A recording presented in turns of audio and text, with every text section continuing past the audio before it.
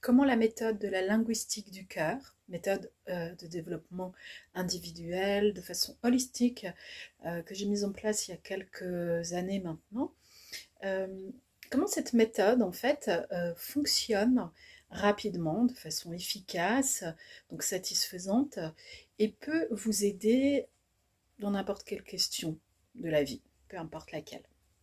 Alors, comment? Ben, je ne peux pas tout vous expliquer en quelques secondes. En revanche, je peux donner un petit exemple qui va, je l'espère, illustrer de façon pragmatique ce qui semble parfois bien éthérique, subtil et j'en passe encore un peu pour garder un petit peu de suspense et de surprise. Et puis parfois, en entendant certains mots, nous ne nous donnons pas la possibilité d'aller vers quelque chose parce que notre ego a bloqué quelque chose. Eh bien, avec cet exemple que je viens de donner, nous sommes en plein dans la linguistique du cœur. C'est-à-dire que nous allons partir vers le conscient, vers l'inconscient, le subconscient. Nous allons être dans des strates énergétiques, des strates langagières. Et puis surtout, nous allons poser notre attention sur ce qui est dit. Moi, je poserai mon attention peut-être un peu plus que vous sur ce qui n'est pas dit, pour vous laisser en liberté vivre la session sans trop vous mettre la pression.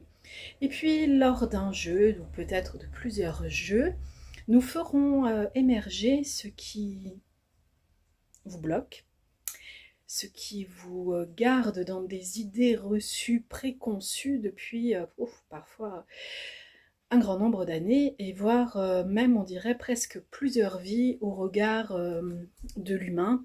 C'est-à-dire qu'en fait, là, on part directement dans le transgénérationnel.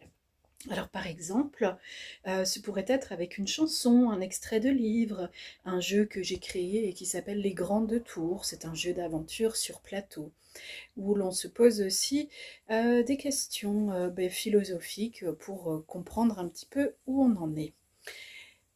Et là maintenant, je vais vous proposer quelque chose. Je vous donne un mot. Et vous, de votre côté, vous cherchez un petit peu comment ça résonne en vous. Pétunia. Pétunia.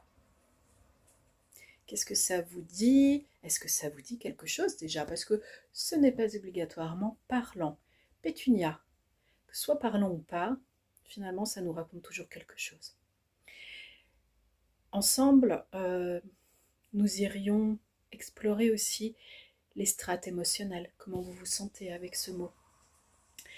Peut-être même créer un petit bout d'histoire pour dénouer quelque chose qui ne voulait pas faire d'histoire.